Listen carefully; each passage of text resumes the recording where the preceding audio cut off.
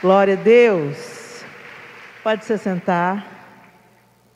Bendito seja o Senhor. Uau. Ai. Glória a Jesus. O Senhor não é pego de surpresa. Ele tem todas as coisas debaixo do seu domínio, poder e autoridade.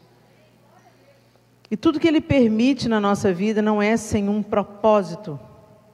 Então nós estamos gratos ao Senhor por estarmos aqui, nesse momento maravilhoso que a gente acabou de desfrutar da presença dEle. Ele está na casa, Ele está em você.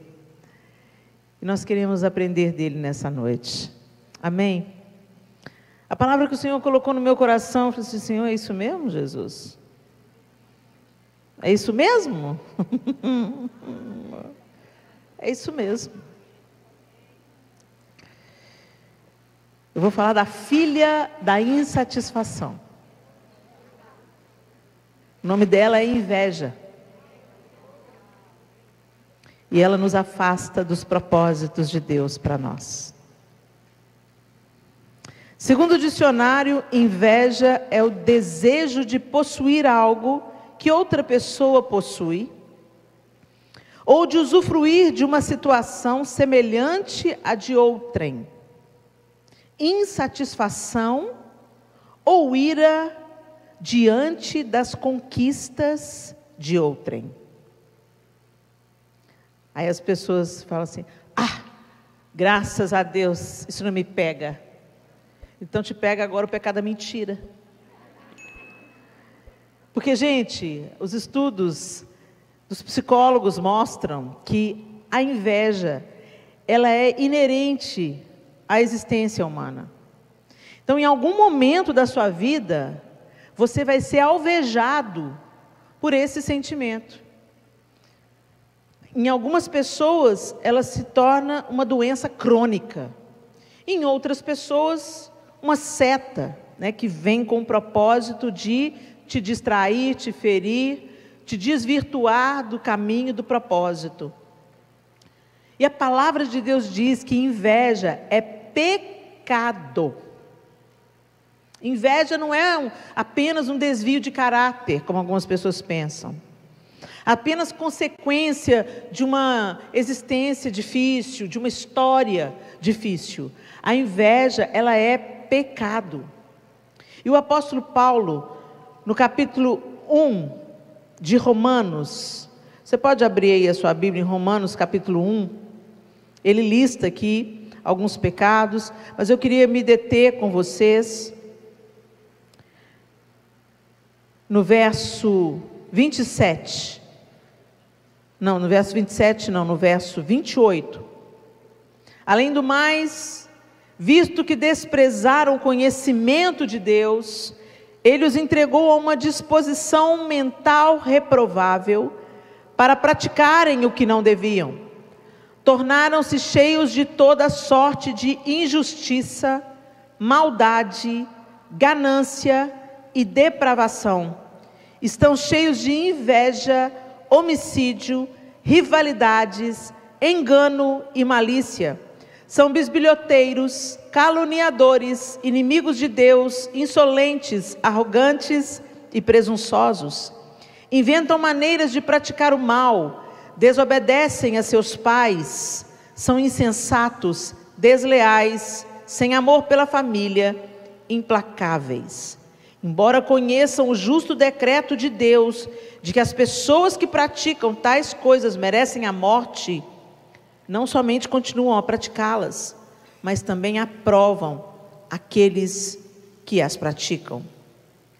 E é sério aqui, porque então o apóstolo Paulo ele coloca a inveja no mesmo grupo da prostituição, da malícia, da avareza, da maldade, do homicídio, entre outros. Mas como a inveja é um pecado não aparente, nós toleramos a inveja. Ou nós não admitimos que é inveja. É um nome muito feio, é um nome muito pesado. Então a gente dá outro nome.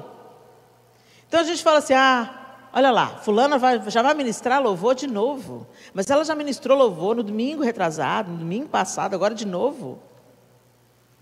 Aí a pessoa fala assim, você está com inveja? Não, não é questão de inveja, é justiça. Porque tem tanta gente que canta bonito na igreja, o que que tem? Por que tem que ser só ela? Será porque é filha do pastor? Sabe aquela pessoa que você começa a seguir no Instagram e de repente te dá assim um ranço? Ranço é outro nome para inveja. Helena, com que autoridade que você está falando? Com a autoridade de uma ex-invejosa.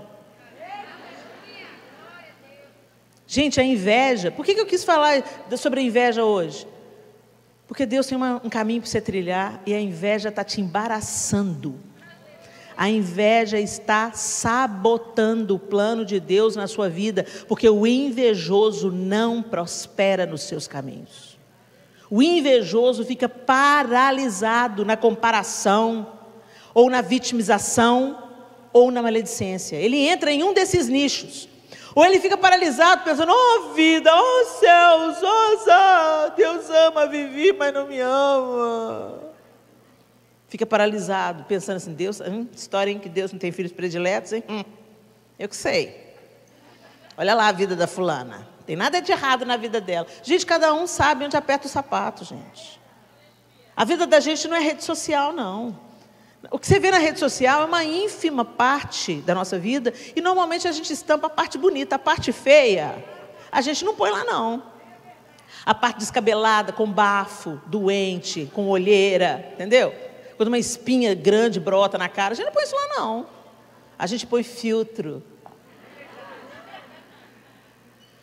Mas a vida real não tem filtro, gente. A vida real tem dias dificílimos, tem dia que você fracassa, tem dia que problemas surreais vêm na sua vida, tem dia que você vive uma situação que você pensou, nunca imaginei estar passando por isso. Tem dia que o diabo vem e te afronta. Mas a gente tem que entender o seguinte, cada um de nós vai viver aquilo que a gente tem que viver, uma vez que temos dono. Não estamos aí por aí, à deriva. Temos dono, então o que vem sobre nós é para nos forjar, é para nos aperfeiçoar, e às vezes é para nos abater, às vezes é para nos humilhar, porque Deus resiste ao soberbo, mas aos humildes Ele concede a sua graça. Então eu queria chamar a sua atenção sobre o que a palavra de Deus diz sobre inveja, esse pecado que a gente tolera. Às vezes a gente se torna tão resistente a adultério, misericórdia, prostituição, fornicação,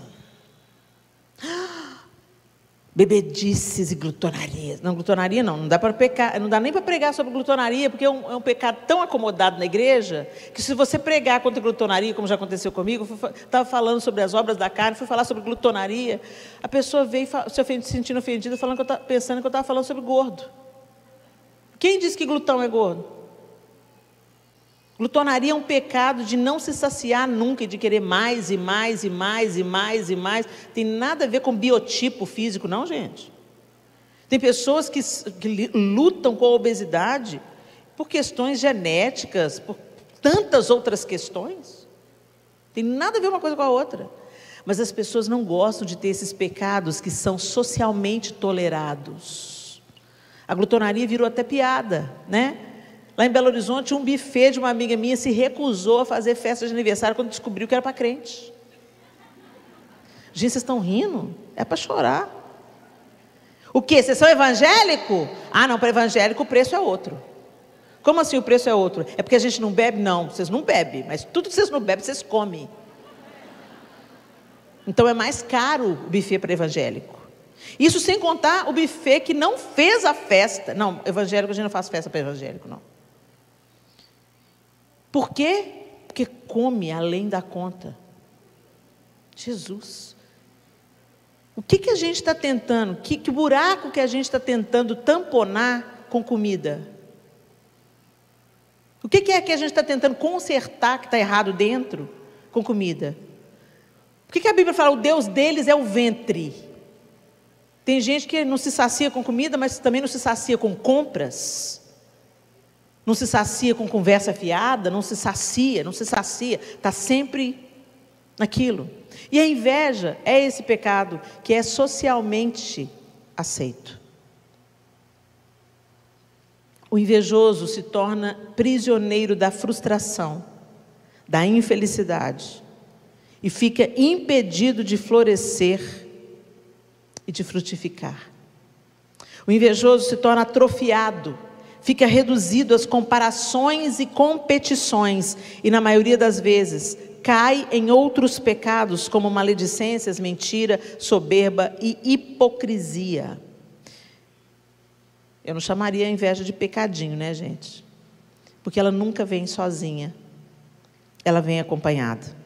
Esse pecado vem acompanhado. E a Bíblia diz que o salário do pecado é a morte. Às vezes você está vivenciando algumas coisas na sua família, na sua vida, e você é alvejado por esse sentimento. Quem nunca? Você olha para uma pessoa e você vê os sonhos que você tem se realizando na vida dela.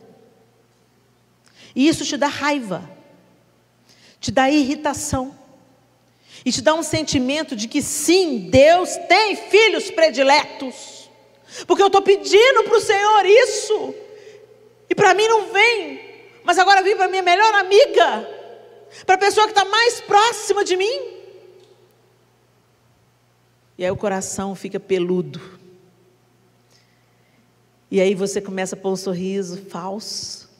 Diz: que bom, amiga. Quero que você morra. Gente, a gente está rindo aqui.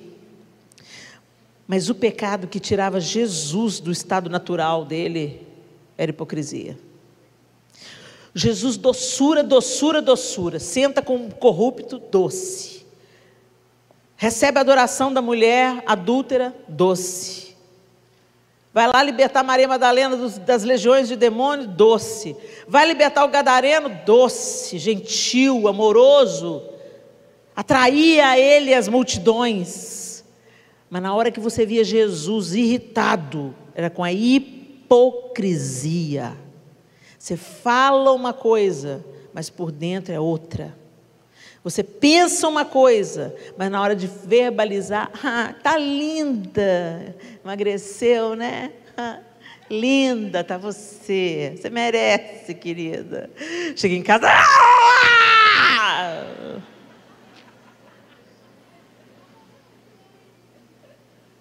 Só que eu tenho que te dizer, minha linda, o Senhor tem vida para você, tem plano para você. E o plano que Deus tem para você não compete com a outra. É o plano de Deus com você, é o plano de Deus comigo, é o plano de Deus com a Vivi, é o plano de Deus com o João, é o plano de Deus com a Cassiane. E todas nós fazemos parte de uma grande engrenagem que tem um único objetivo: levar glória ao nome do Senhor e torná-lo conhecido na terra. É para isso, é tudo sobre Ele. Mas a gente está preso, enredado nessas teias de comparação. E isso sempre existiu, gente, desde que o mundo é mundo. Começou lá no Éden. O primeiro assassinato da história aconteceu por causa de inveja. 2 irmãos vieram e ofereceram as suas ofertas ao Senhor. Deus aceitou a oferta de Abel, mas não aceitou a oferta de Caim. Ao invés de Caim tentar entender onde ele havia falhado, e recomeçar e tentar de novo e acertar o passo, não, ele ficou indignado porque Deus aceitou a oferta de Abel. O problema não era a oferta de Abel, o problema era a oferta de Caim. E às vezes a gente pensa: por que Deus está dando para o outro? Então pergunta: por que Ele não está dando para você? Aí a gente se lembra de quem? Davi. Samuel foi mandado pelo Senhor à casa de Jessé para ungir o novo rei sobre Israel, porque assim como ele rejeitou a Caim, ele também havia rejeitado a Saul. E ele falou: Samuel, vai à casa de Jessé que eu vou ungir um novo rei sobre Israel.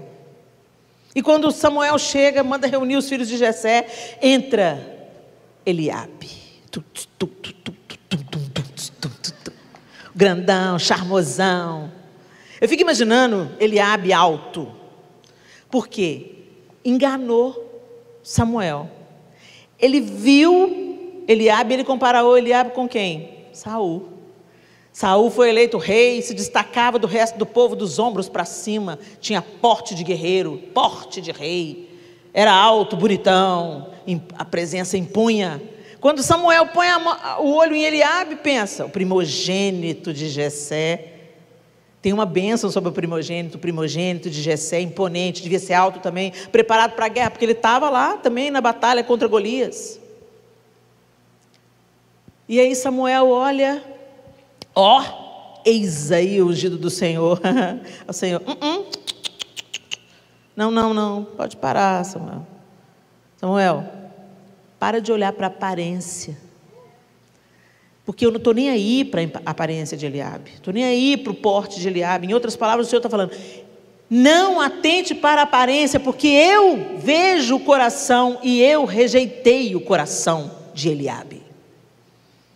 Abinadab, Samar, mais 4 irmãos, 7 filhos de Jessé passaram diante dos olhos de Samuel, não era nenhum deles. Você não tem mais nenhum outro filho? Ah, tem. Davi. E lá vem o garoto de gentil aspecto, ruivo e de gentil aspecto. Nenhum porte de guerreiro, nenhum porte de poder. Por que a gente busca tanta aparência de poder? Sendo que Jesus veio na contramão disso. Jesus não cresceu em Jerusalém. Nasceu em Belém para que se cumprisse a profecia. Passou seus primeiros anos em Nazaré. E depois foi para Cafarnaum. Quando você vai em Cafarnaum hoje, é uma vila de pescadores, com casebres minúsculos. Você vai em Jerusalém, você vê aquela estrutura de cidade majestosa, antiquíssima, a elite religiosa toda em Jerusalém. E Jesus em Cafarnaum. Na Galileia, gente, quando falava Galileu, esse nome era pejorativo. A gente canta, né? Galileu. Mas na linguagem bíblica, Galileu é aquela gentalha lá, um Galileu, um favelado. Tinha um nome pejorativo, que hoje a gente nem usa mais esse nome. Não é favelado. Mora na comunidade, porque é ofensivo falar que uma pessoa é favelada em alguns contextos. Galileu, aquele povo lá misturado, aquele povo imundo, aquele povo com tanto de religião misturado, povo esquisito, aquele povo pescador, aquele povo.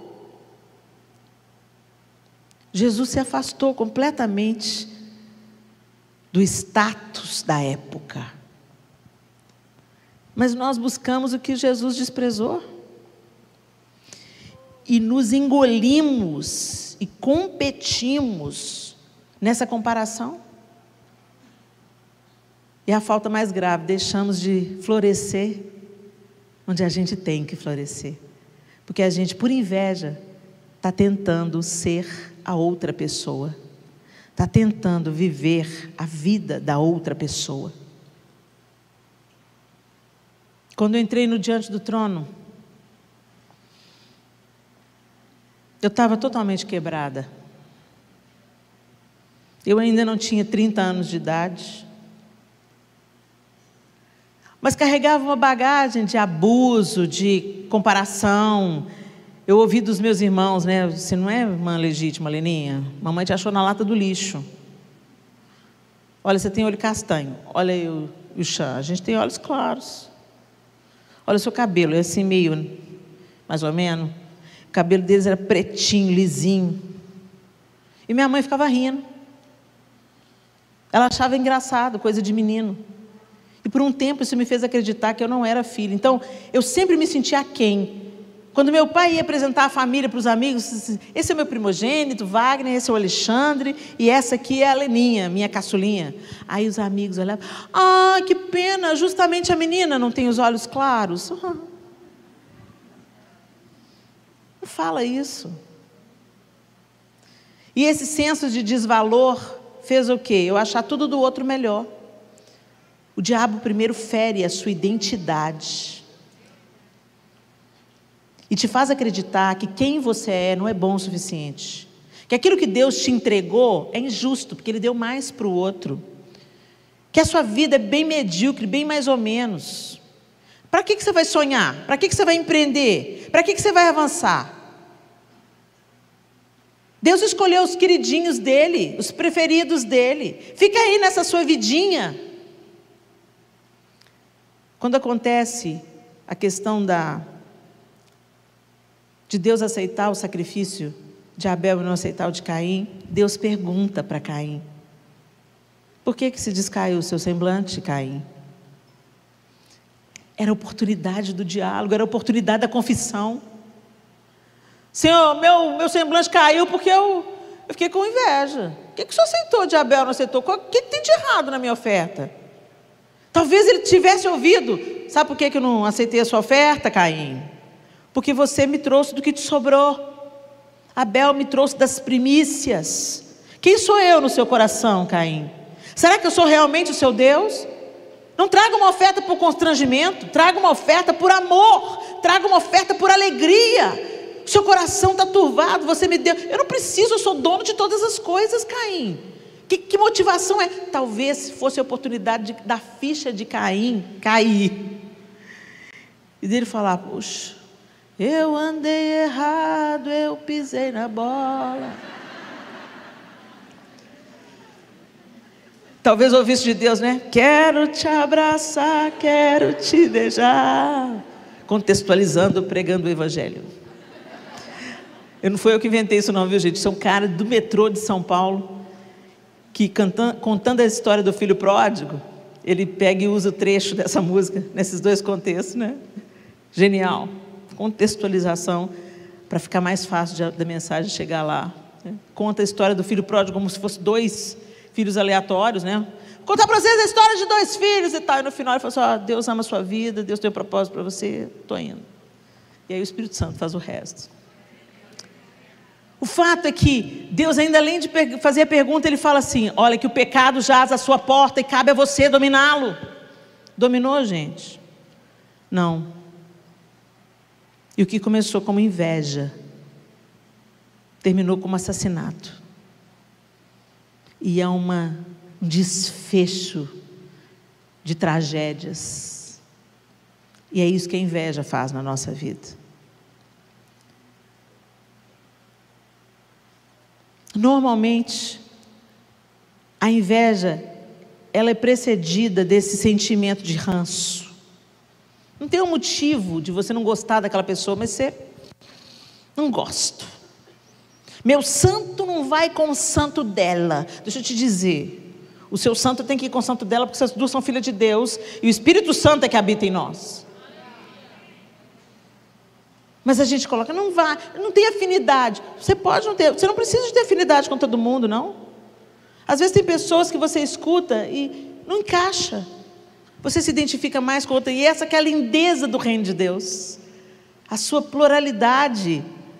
Umas pessoas são cotovelos, outras são joelhos. As duas têm funções no corpo magníficas. Cada um no seu quadrado, cumprindo o seu chamado. Tem um grupo que vai ser alcançado pelo tipo de palavra, pela unção que está sobre a vida da Viviane. Tem um grupo de pessoas que vai ser alcançado pela unção de Deus que está na minha vida, na vida da Cassiane e na sua vida.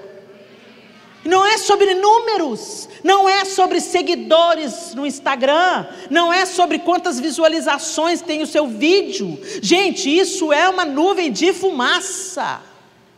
Eu fico pensando em quem pregou para o Billy Graham. Quem levou o Billy Graham a ter um encontro definitivo com Jesus? Essa pessoa é coparticipante de milhões e de milhares.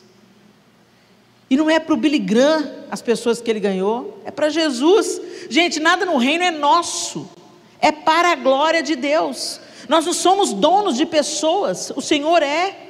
Os pastores dessa igreja, eles não são donos do rebanho, eles são cuidadores do rebanho que é do Senhor. Mas a gente entra em umas disputas loucas, e quando a gente vê, a gente está contra Deus, a gente está se opondo a Deus.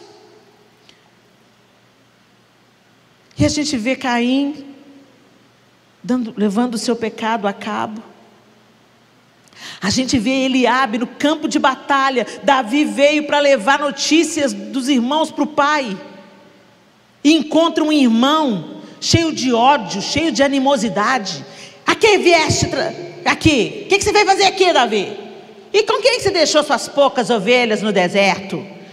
Eu conheço a maldade do seu coração e a presunção de você. Você veio aqui para ver a batalha. Gente, se ele foi lá para ver a batalha, que maldade e presunção tem nisso? Davi olha para Eliabe, o que fiz eu agora? Aí dá para você entender que desde que houve aquela unção, Eliabe não olhava mais Davi do jeito que ele olhava antes. Depois, Davi estava sendo treinado, gente, porque depois de enfrentar a inveja do seu irmão e vencer Golias, ele foi lá, venceu Golias, e as mulheres gritaram: Saul venceu milhares, Davi seus 10 milhares. Olha o número aí de novo. Saul ouviu a musiquinha: como assim? Davi venceu 10 milhares e eu só milhares? Acendeu-se a inveja de Saul contra Davi, e ele perseguiu implacavelmente Davi por inveja. Mas eu queria trazer o seu olhar para o fim de Caim,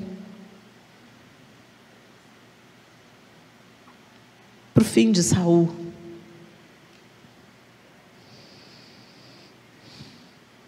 para o fim de Raquel.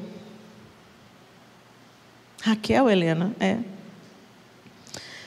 lá em Gênesis 31, o texto diz que Raquel tinha inveja de Lia, sua irmã, porque ela tinha filhos, e Raquel era estéril. Raquel é a esposa preferida de Jacó, mas ela não foi enterrada junto com os patriarcas. Raquel ficou pelo caminho. Raquel ficou pelo caminho. Ela tinha o amor do marido, mas ela não colocou os olhos no amor de Jacó. Ela colocou os olhos nos filhos da irmã, a rejeitada. Deus é tão lindo, que ao ver que Lia era rejeitada, trouxe do ventre dela a tribo de Judá. Vocês já pararam para pensar isso, gente? Que a caolha da Lia é que teve a tribo de Judá, de onde viria o Messias. Deus não dispensa os quebrantados de coração. Lia era quebrantada. Ela não escolheu ir para a cama de Jacó.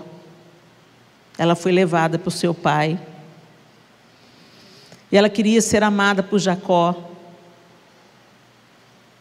Mas sua irmã já tinha o amor de Jacó. Talvez Lia fosse a alternativa de Deus desde o princípio. Mas Jacó estava fascinado pela aparência de Raquel. Até o último momento, quando Jacó passa o val do Jaboque, ele coloca primeiro, antes de Raquel, Lia. Se meu irmão matar alguém, mata primeiro Lia. Ele põe Raquel por último. E nem assim Raquel se satisfez. Morreu e ficou pelo caminho. Foi sepultada no caminho. Você quer ficar sepultada no caminho, minha linda? Durante anos, por causa do meu sentimento de inadequação, eu achava tudo dos outros melhor do que o meu. Eu não conseguia enxergar minhas potencialidades, talentos, capacidades. Eu desprezava o que eu tinha nas minhas mãos, exatamente como Raquel desprezou o que tinha nas mãos. Por inveja.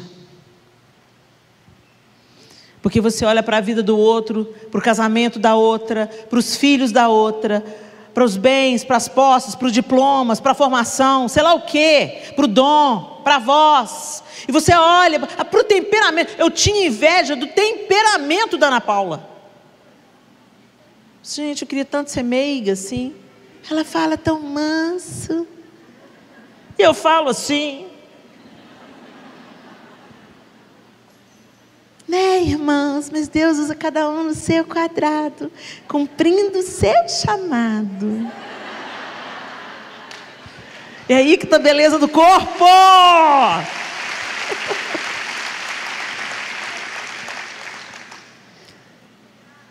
Eu quero perguntar para você nessa noite, será que você está como Raquel? Gente, não é à toa que a Bíblia está recheada de exemplos de inveja. Toda a Bíblia, de Gênesis até o Apocalipse, você vê comparações, você vê competições, você vê inveja. Eu já citei aqui Raquel, eu já citei aqui Davi, Saul, mas eu quero dizer para José e seus irmãos. Os irmãos julgaram José na cova por causa de quê? Por causa de inveja. Saul e Davi, Saul perseguiu Davi por anos por inveja. E o que a Bíblia diz para a gente? Lá em Provérbios 14:30, o texto diz assim: o coração em paz dá vida ao corpo, mas a inveja apodrece os ossos. Tem gente que adoece de inveja. Comportemo-nos com decência como quem age à luz do dia, não em orgias, bebedeiras, não em imoralidade sexual e depravação, não em desavença e inveja. Ao contrário, revistam-se do Senhor Jesus Cristo e não fiquem premeditando como satisfazer os desejos da carne. A palavra de Deus está recheada desses exemplos. E a gente podia ficar aqui, discorrendo sobre cada um deles. Pedro, Jesus está ali na praia chamando Pedro de novo, cobrindo Pedro de autoridade. Pedro, tu me amas? Pedro, tu me amas? Pedro, tu me amas? Ele está tendo aquela conversa com Pedro para trazer reconciliação de Pedro, para reposicionar Pedro no chamado que ele tinha. Você já largou as redes, Pedro? Não volta para as redes de novo, não. Você não precisa de pescar de novo, não. Eu tenho um chamado para você, eu tenho uma missão para você. E ali naquela conversa, Jesus diz para Pedro como ele deveria glorificar a Cristo, morrendo por amor dele. E na hora ali, Jesus, no tete a tete com Pedro, Pedro pega e vira para si: conta este, João. E Jesus olha para Pedro e fala: que te importa? Adorei essa resposta de Jesus.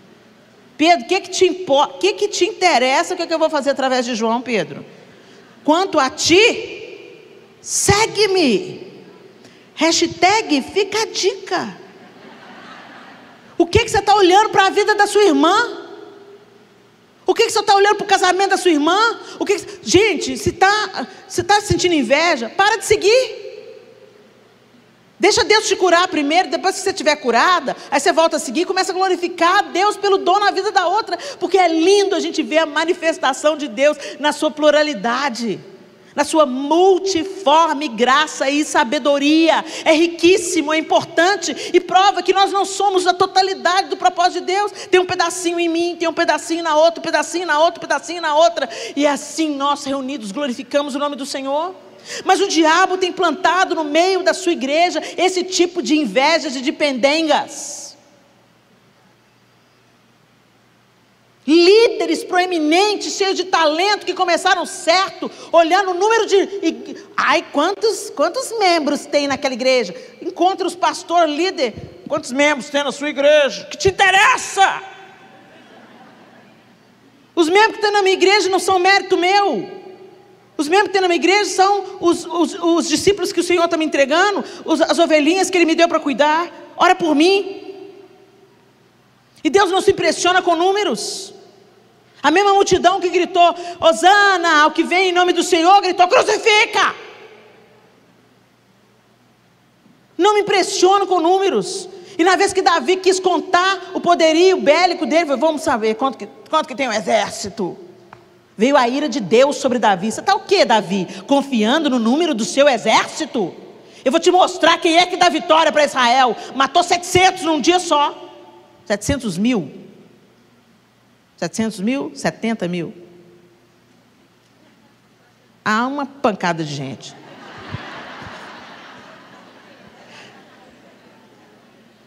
Com Deus não se brinca, gente. De Deus não se zomba. Os conselheiros de Davi falaram assim: Davi, mexe com isso não. Para que você quer saber o seu poderio bélico? Para que você quer saber quantos soldados você tem? Porque as vitórias de Israel vinham do Senhor, eram vitórias sobrenaturais. E Davi começou a se envaidecer do seu poderio bélico e começou a contar. Você está contando os seus seguidores no Instagram e comparando com a da sua irmã? Ela nem tem conteúdo. Inveja. Minha linda, se você continuar nesse padrão de comportamento, você não vai crescer, você vai definhar, vai receber uma marca como Caim recebeu, vai perambular pela vida, vai ser enterrado à margem da estrada, não vai romper naquilo que Deus tem para você romper. Eu só consegui avançar quando eu falei: Senhor, eu não aguento mais ser invejosa, me cura. Eu não aguento mais, Senhor, sentir inveja. Eu não quero sentir, mas eu sinto. E o Senhor falou comigo: não adianta eu querer cortar os frutos, Helena. A inveja é o fruto. Vamos na raiz. Nessa rejeição que você sente. No abuso que ficou no passado. Você pensou que eu não te protegia, Helena? Eu te protegi, eu tenho te sustentado, eu tenho um plano na sua vida. E eu vou pegar tudo que o diabo fez na sua vida e eu vou converter para o bem, mas você tem que confiar em mim. E o Senhor começou a me curar, me curar, me curar, e eu comecei a andar com Ele. O problema da gente é que a gente muda de religião, vem para a igreja, mas não anda com Deus. Você anda com os irmãos da igreja, você anda com o pastor, você anda com a turminha, mas você não anda com Deus. E é andando com Ele, nos relacionando com Ele, é que nós somos curados. É que nós somos confrontados. É que Ele tira a máscara do nosso pecado e fala assim: não é justiça não, não é ranço não, é inveja. E inveja é pecado, filha.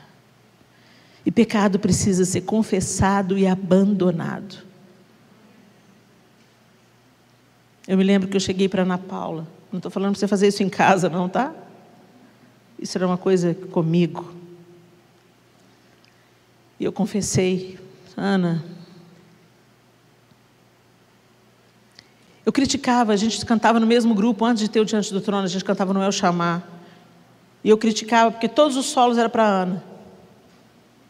E eu falava: sei lá, a filha do pastor, né? Isso não é justo. Eu sei do que eu estou falando, gente. E aí Deus levou para Ana Paula para estudar nos Estados Unidos. Ela passou um ano na Christ for the Nation. E aí a gente precisava de alguém cantar para substituir a Ana Paula nos solos. E quando a outra pessoa começava a cantar, cantava lindamente também. Mas não era a mesma coisa. E eu comecei a sentir saudade da Ana. E pensar: a Ana faz falta. Tem uma graça de Deus sobre a Ana. Tem uma unção de Deus que é dela. Não é sobre talento, não é sobre voz. É unção. É graça, é favor de Deus. E quando ela voltou, eu estava com muita saudade. E eu fui confessar o meu pecado. E eu cheguei para ela e falei: Deus já estava começando a trabalhar em mim, me virar do avesso. E eu falei assim: Ana, eu quero te dizer que nós sentimos muito a sua falta. E que eu reconheço que tem uma unção de Deus sobre você. E eu quero te confessar que eu tinha inveja de você. Ela me olhou assustada. Eu disse: eu quero te pedir perdão. Eu preciso confessar isso para eu ficar livre disso. Eu não quero mais continuar tendo inveja, nem de você, nem de ninguém. Ela me abraçou. Está tudo bem, Helena. Eu não sei como é que você sente inveja de mim. Você é tão talentosa, você é tão cheia de habilidades, Helena. Me encorajou, como sempre ela faz até hoje.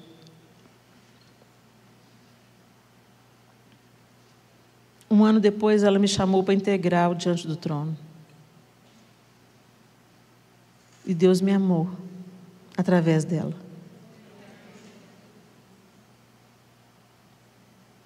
Deus me amou falando: você não precisa continuar do jeito que você está. Entra na comunhão comigo. E ali começou uma grande obra de transformação na minha vida. Mas eu precisei ser quebrada. Um dia nós fomos ainda no El Chamar fazer solos. Ia ter um intercâmbio entre o El Chamar, que era o grupo que antecedeu Diante do Trono, que tinha coro e orquestra, e uma orquestra da Assembleia de Deus do Belém. Então eles vieram de São Paulo com um coral de 100 vozes, uma orquestra. Então eles cantavam uma música no louvor e o El Chamar cantava outro. Eles cantavam uma música e o El Chamar cantava outra. E o Robinho virou para mim e falou assim: Helena, você vai cantar a sua música hoje. Eu tinha um solo. No domingo você vai cantar. Aí eu fiquei toda lá. Chegou a minha vez, chegou a minha hora. Aí no sábado, mãe, eu acordei sem voz. Completa. Eu nunca ficava rouca. Até hoje é muito difícil eu perder a voz. Eu deitei com a voz e acordei sem ela. Poda. Doeu. Eu cheguei no sábado para ensaiar. Que voz que é essa, Helena? Não sei. Ai, meu Deus do céu. O que você arrumou? Você gritou? Não. Bebeu gelado? Não. Canta aí, vamos ver o trecho. Deu a introdução no piano. Algo que é de... Pode parar. Se você amanhecer assim amanhã, dá para você cantar. E eu borrifando tudo na garganta. Gargarejando. Chegou no domingo. Estava pior do que no sábado. Eu não só não cantei, eu dublei. O El Chamar fazer coreografia também. E as lágrimas correndo. O olheiro espremendo. Aí eu lembrei de uma oração. Na minha tolice. Eu queria cantar na igreja, mas eu também queria ser cantora popular. Conhece alguém assim? Eu quero cantar no boteco durante a semana e no fim de semana eu quero cantar na igreja. Não tem nada a ver. Você sabe onde que vai ter essa frase, não é? Piscando em neon, né? Não tem nada a ver. Bem-vindo ao inferno. Não tem nada a ver. Bem-vindo ao inferno.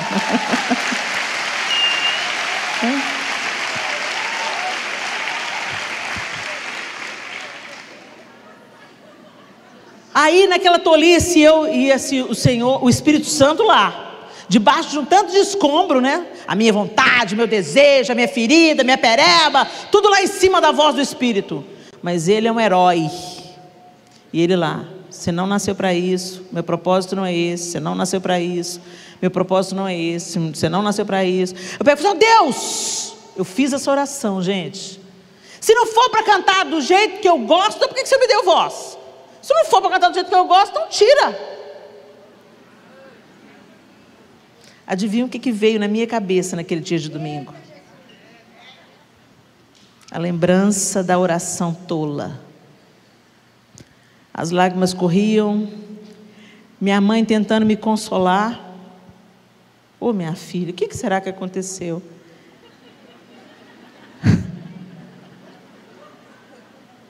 Eu falei, Deus está me tratando, mãe. Você está rindo porque não foi com você, né?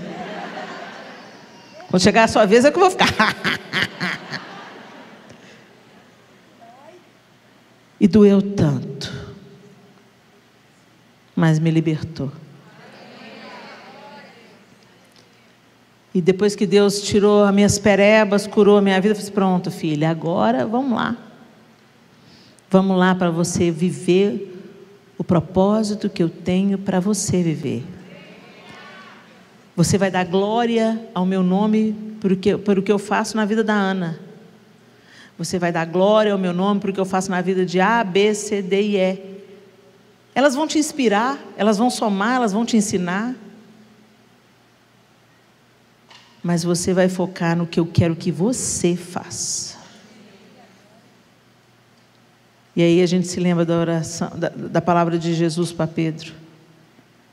Que te importa como eu vou usar João? Que te importa que ele ainda esteja vivo quando eu vier? Quanto a ti, segue-me. Quando a gente está focado em seguir Jesus, você não tem tempo para ficar bisbilhotando o que Ele está fazendo na vida do outro. Não que você esteja ignorando a graça, a bondade de Deus na vida do outro, mas você está focado na sua missão, tentando cooperar, e não questionar, e não comparar. Talvez o diabo está mentindo para você através disso. Você não vai, você não faz. O que Deus te deu, o que Deus te deu? Você não consegue fazer isso. Ah, mas eu queria cantar, mas eu não tenho voz. Gente, para de olhar para aquilo que você não tem, e para de olhar para aquilo que você tem, porque o que você tem é o que aponta o seu propósito. Deus não ia te mandar cantar e não te dar voz. Se Ele quisesse que você cantasse, Ele te dava voz. Você quer cantar, mas o povo não quer ouvir. Você quer pregar, mas o povo dorme enquanto você está pregando. E não tem nada de errado nisso. Cada um tem um propósito, um chamado, uma vocação. Gente, quando saiu no meu teste vocacional, oratória, eu falei: o que eu vou fazer com isso? O que é isso? Oratória. Aí a conselheira do colégio falou: Helena, significa que quando você falar, as pessoas vão querer te ouvir. Eu quero ser atriz.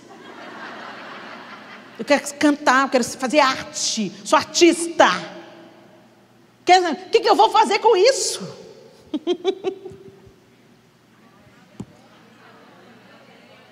Já estava lá, já estava no meu pacote. Deus já tinha me dado. Mas eu estava tão focada no que ia me dar visibilidade, que eu estava perdendo a minha vocação de vista. E, gente, é no cumprimento do propósito que a gente encontra felicidade. Pode ser alguma coisa que só você vê. Tem aquele sentimento de: uau, eu estou no lugar certo, fazendo o que eu nasci para fazer. Você enfrenta adversidade, você enfrenta cansaço, você enfrenta oposição, mas isso não te derruba. Você continua firme, prosseguindo.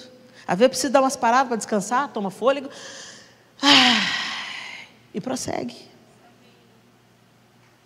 Agora, se você está vivendo o propósito que é para outra, você vai se frustrar, vai se decepcionar, vai esperar resposta nas pessoas que não vêm, e você se frustra ainda mais, e a sua inveja só cresce.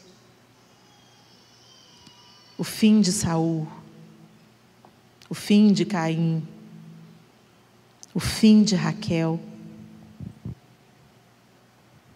Não é isso que você quer para a sua vida, é? Feche os seus olhos.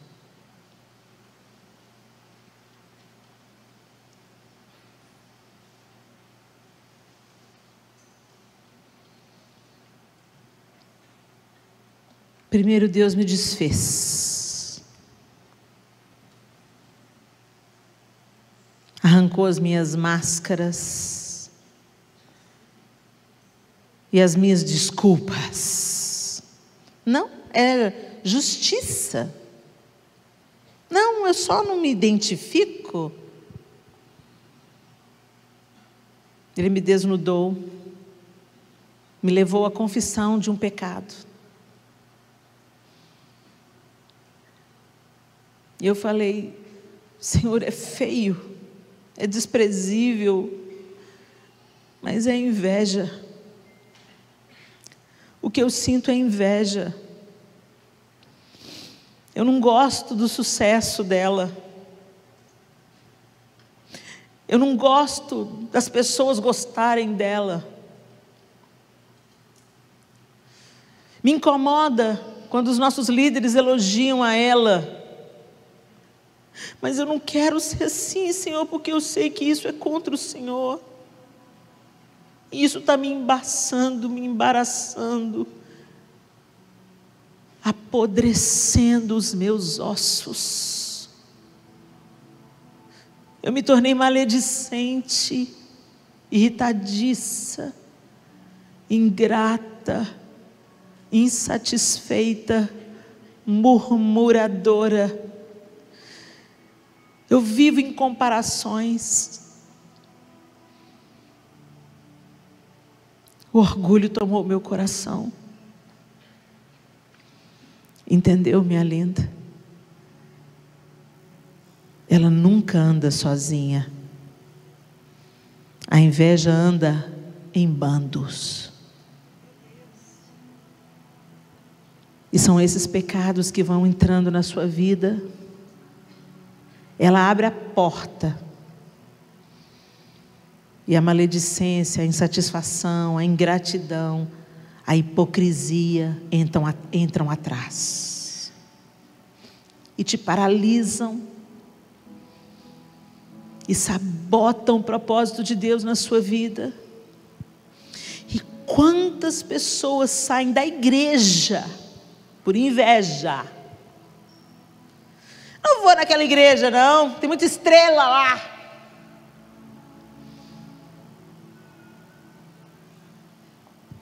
Não gosto daquele pastor não, ele se acha.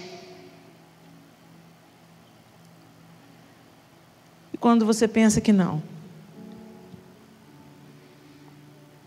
está errante como Caim, consultando médiuns como Saul, sepultada nos seus sonhos como Raquel. Ajuda-nos, Senhor. Minha linda, Deus tem uma vida para você. Ele quer tocar em você, transformar você e transbordar em você. E o mentiroso está te enganando. Você se olha no espelho, você se critica. Por que eu tenho esse cabelo? Por que eu tenho esse peso? Por que eu tenho esse corpo? Por que eu tenho essa cor? Eu queria ser fulana. Olha a ingratidão aí.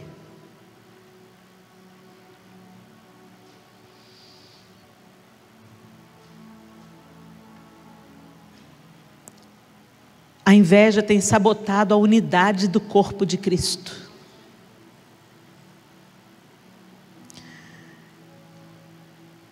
Eu não preciso ser adivinha e nem preciso de ouvir as histórias que acontecem nessa cidade. Porque por onde eu passo, no mundo todo, onde uma igreja avança, ao invés dela gerar alegria, ela gera disputa e inveja.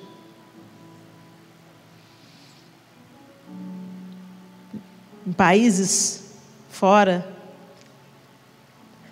pastores denunciam outros pastores se eles não têm o documento de legalidade na nação.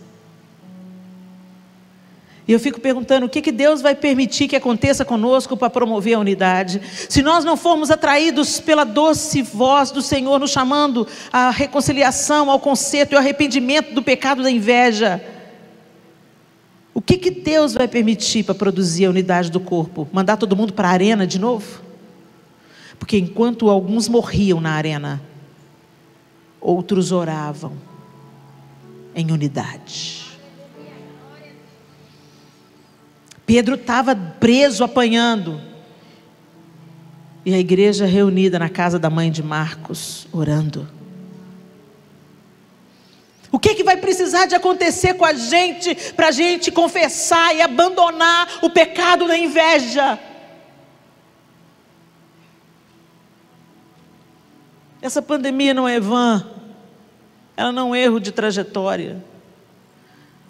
Ela é um sinal de alerta piscando alto, uma sirene tocando, uma trombeta tocando, nos convocando a um novo estilo de vida, a um reposicionamento que é precedido de arrependimento de pecados. Não há avivamento sem arrependimento.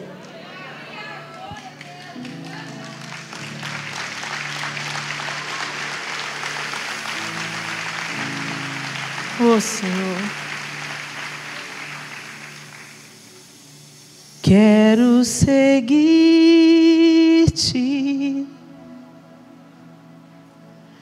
quero viver como tu, quero seguir-te,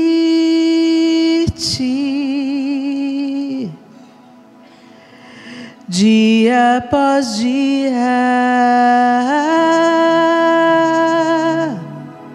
Quero seguir-te,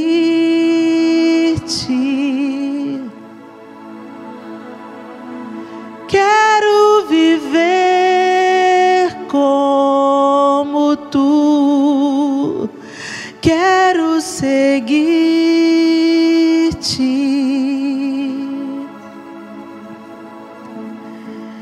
dia após dia.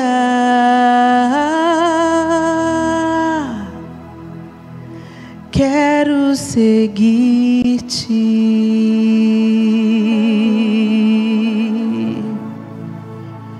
Que o meu coração seja quebrantado,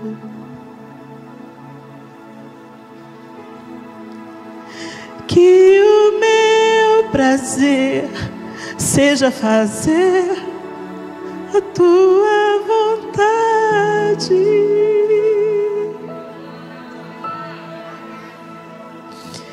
que o teu amor flua em minha vida, que o teu perdão alcance até os meus inimigos.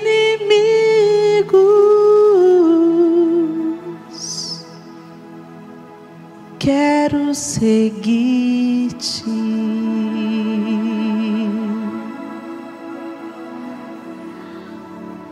Seguir a Cristo não é frequentar uma igreja evangélica. Seguir a Cristo é andar com Ele e ser aperfeiçoado nele. É dar as costas para um antigo estilo de vida e deixar o Senhor te tomar pela mão e te levar a um novo e vivo caminho. Eu não posso terminar essa sessão sem te dar uma oportunidade de se expor diante de Deus. Por isso que eu gostaria que todos estivessem de olhos fechados aqui. Nós não estamos aqui para tomar conta da vida do outro, mas eu queria que você que precisa de denunciar o seu pecado, de falar: Senhor, eu me comparo, e muitas vezes me passou pela cabeça que o Senhor ama mais o fulano do que eu. Eu me questiono, por que o Senhor não me dá o que eu tanto te peço, e o Senhor dá para outra? Eu não gosto de mim, de nada que eu tenho. Por isso a vida do outro me parece ser tão bonita, tão brilhante, que eu desprezo o que eu tenho nas mãos. Hoje é o dia de mudar essa história, minha querida.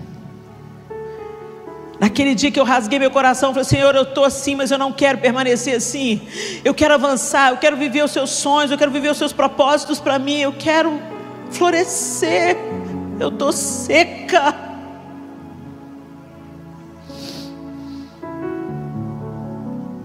Se você quer fazer a oração hoje, eu te ajudo. Eu já a fiz.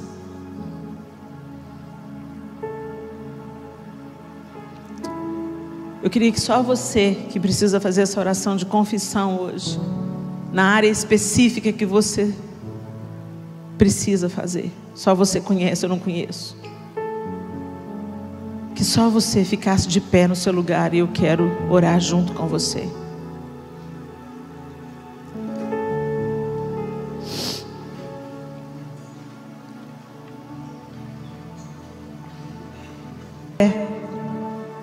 Tem o seu momento aí, verbaliza, fala com as suas palavras para o Senhor: Senhor, eu não poupei palavras não, eu falei com Ele com toda a minha honestidade. Senhor, do Senhor eu não posso esconder coisa nenhuma, mesmo que eu tente, eu não consigo. Então, papo reto, Senhor, eu sou invejosa, eu não quero mais ser. Eu sinto insatisfação, eu sinto tristeza pela bênção da minha amiga, pelo dom da minha amiga, pela família da minha amiga, mas eu não quero sentir. Então eu denuncio diante do Senhor o meu pecado, eu rasgo o meu coração, e eu quero dizer para o Senhor, porque a tua palavra diz que aquele que confessar diante do Senhor, que aquele que confessar os seus pecados, Ele é fiel e justo para nos perdoar os pecados e nos purificar de toda injustiça. Então eu estou denunciando o meu pecado aqui, Senhor. Eu sou invejosa, mas eu não quero continuar a ser invejosa.